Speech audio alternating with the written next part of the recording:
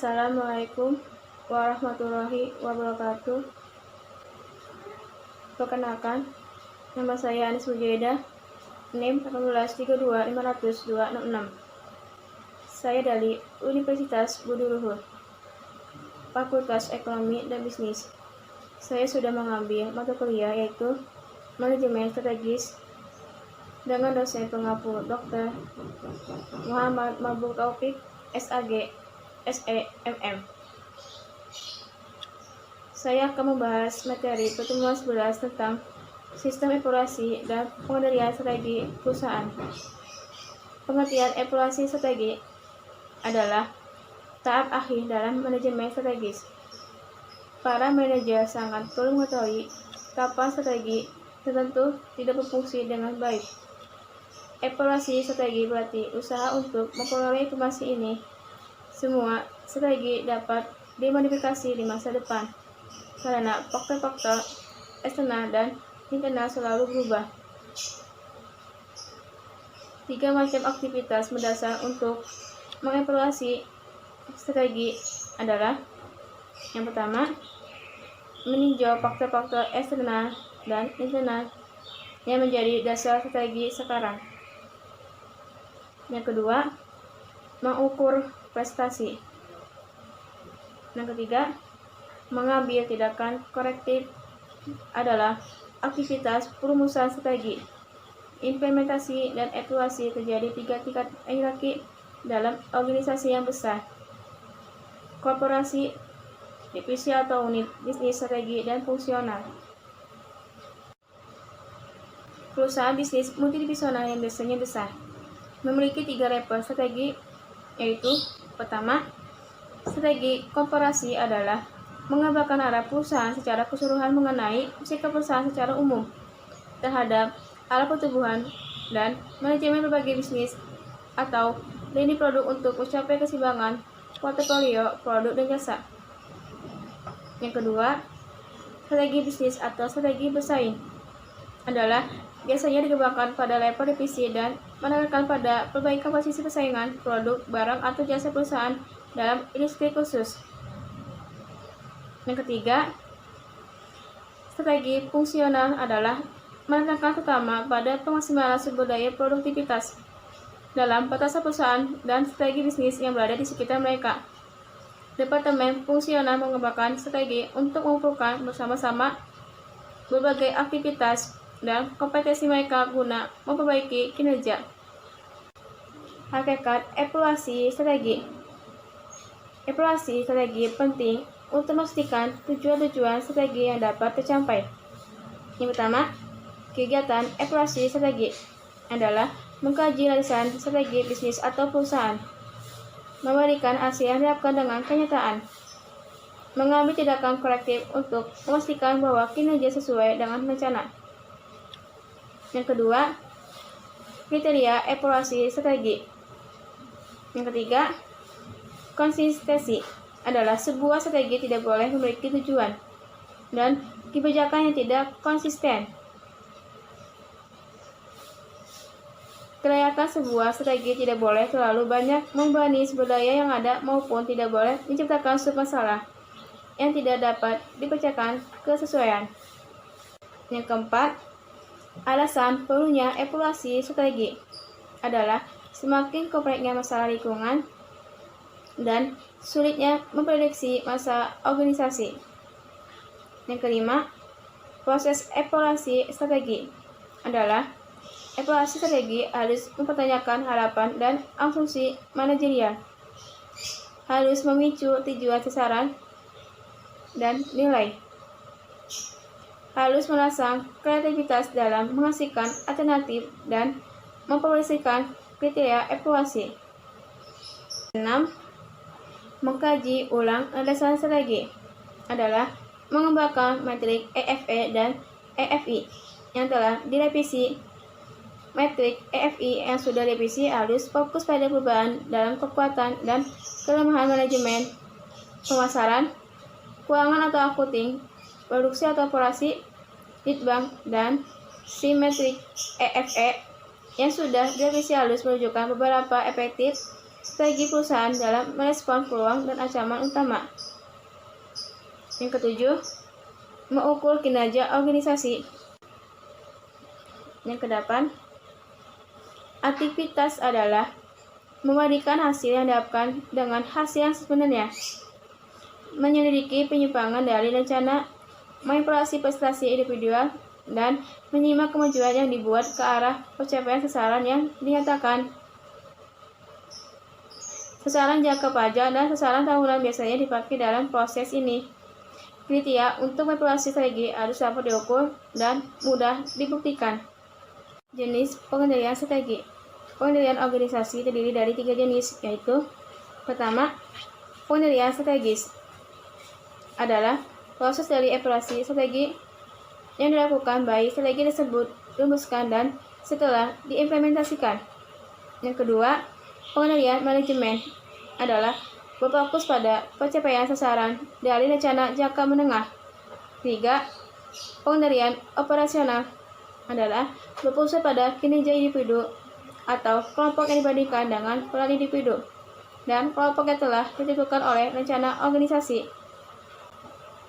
Ada beberapa 4 jenis dasar pengendalian strategi, yaitu: pertama, pengendalian premis adalah setiap strategi didasari pada perencanaan atas premis tertentu, yaitu asumsi atau prediksi.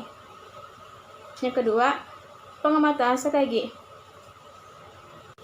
adalah usaha manajemen untuk memantau secara luas berbagai peristiwa di dalam dan lebih sering di luar perusahaan yang mungkin sekali mengenai pelaksanaan strategi di masa depan. Pengendalian adalah peringatan khusus, tindakan-tindakan manajemen yang dilakukan secara teliti, umumnya sangat cepat, untuk memikirkan kembali strategi perusahaan karena sebuah peristiwa mendadak dan tidak diharapkan. Yang keempat, pengendalian atas implementasi adalah usaha manajemen yang dirancang untuk menilai apakah keseluruhan strategi harus diubah dengan mempertimbangkan hasil-hasil yang berkaitan atau tindakan-tindakan tambahan dalam keseluruhan strategi. Ada beberapa kerangka kerja evaluasi strategi terbagi 3, yaitu: pertama, menelaah berdasarkan strategi adalah menelaah prinsip dan strategi organisasi dapat dilakukan dengan melakukan revisi terhadap matriks FFE dan matriks IFE. Matriks IFE harus berfokus pada perubahan yang terjadi dalam manajemen organisasi, pemasaran, keuangan atau akuntansi, produksi atau operasi, litbang, serta kekuatan dan kelemahan sistem informasi manajemen. Revisi matriks FFE harus menunjukkan seberapa efektif strategi perusahaan dalam merespon peluang dan ancaman. Yang kedua, mengukur kinerja organisasi adalah membandingkan antara hasil yang dilakukan dengan sesungguhnya, menyelidiki deviasi dalam rencana, memvaluasi kinerja individu, dan menilai perkembangan yang terjadi dalam mencapai tujuan yang telah ditetapkan. Yang ketiga, mengambil tindakan korektif adalah melakukan perubahan untuk memposisikan kembali perusahaan ke tempat yang lebih kompetitif bagi masa depan. Materi pertemuan 14 tentang pengendalian strategi.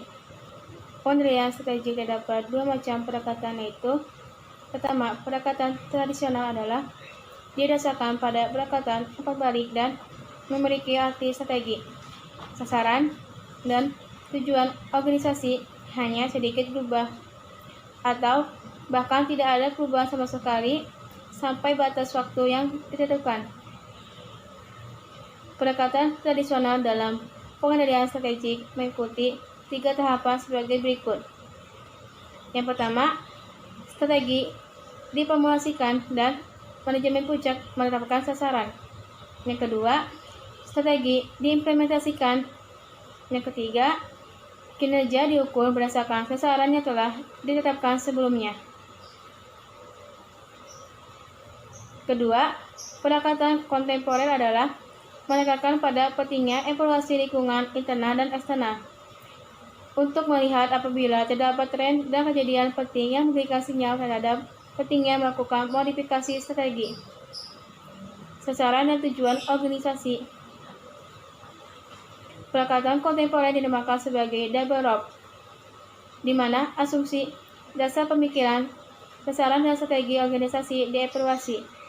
diuji dan dikaji ulang secara terus-menerus. Sistem pengadilan kontemporer harus mempunyai 4 karakteristik agar efektif.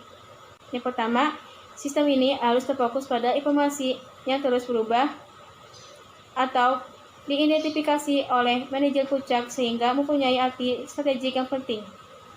Yang kedua, informasi harus cukup penting untuk dapat menarik perhatian manajer operasi pada semua tingkatan organisasi secara rutin dan terus-menerus. Yang ketiga, data dan informasi yang dihasilkan oleh sistem pengadilan paling baik bila diinterpretasikan dan didiskusikan pada pertemuan tatap muka dengan atasan, bawahan, dan rekan bisnis. Yang keempat, sistem pengadilan kontemporer adalah katalis kunci bagi perdebatan tentang data, asumsi, dan rencana aksi yang dilakukan terus-menerus.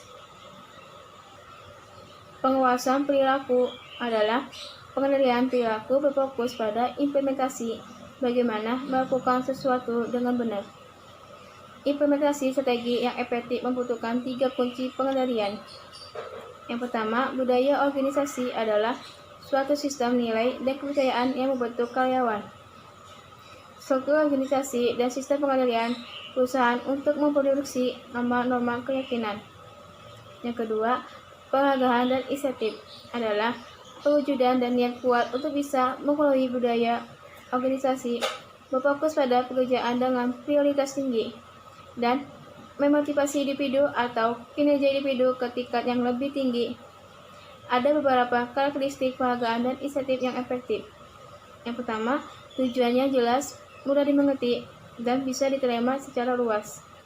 Yang kedua, penghargaan berhubungan langsung dengan kinerja dan perilaku yang diinginkan. Yang ketiga, pengukuran kinerja jelas dan dapat dilihat. Yang keempat, umpan balik cepat, jelas, dan tidak meragukan. Yang kelima, sistem kompensasi adil dan pantas. Yang keenam, struktur fleksibel bisa beradaptasi dengan perubahan. Ketiga, batas dan hambatan organisasi adalah memberikan banyak tujuan yang berguna bagi organisasi termasuk pertama, berfokus pada usia individu dan prioritas organisasi. Yang kedua, memberikan tujuan jangka pendek dan rencana kegiatan yang akan diusahakan. Yang ketiga, meningkatkan efisiensi dan efektivitas. Yang keempat, mengeliminasi perilaku yang tidak diperbolehkan dan tidak etis. Perkembangan dari batasan ke penghargaan dan budaya adalah organisasi perlu menyediakan suatu sistem penghargaan dan insentif digabung dengan budaya yang kuat sehingga hambatan dapat dicapai dengan yang pertama, mempekerjakan orang yang tepat, mempunyai nilai dominan atau diinginkan perusahaan, dan konsisten dengan nilai-nilai tersebut. Yang kedua, memberikan pelatihan dan melakukan indoktrinasi. Yang ketiga, pentingnya panutan dalam pihak manajemen. Yang keempat, sistem penghargaan harus sesuai dengan tujuan dan sasaran perusahaan. Sekian materi yang saya jelaskan, kurang lebihnya mohon maaf. Wassalamualaikum warahmatullahi wabarakatuh. Salam budi luhur.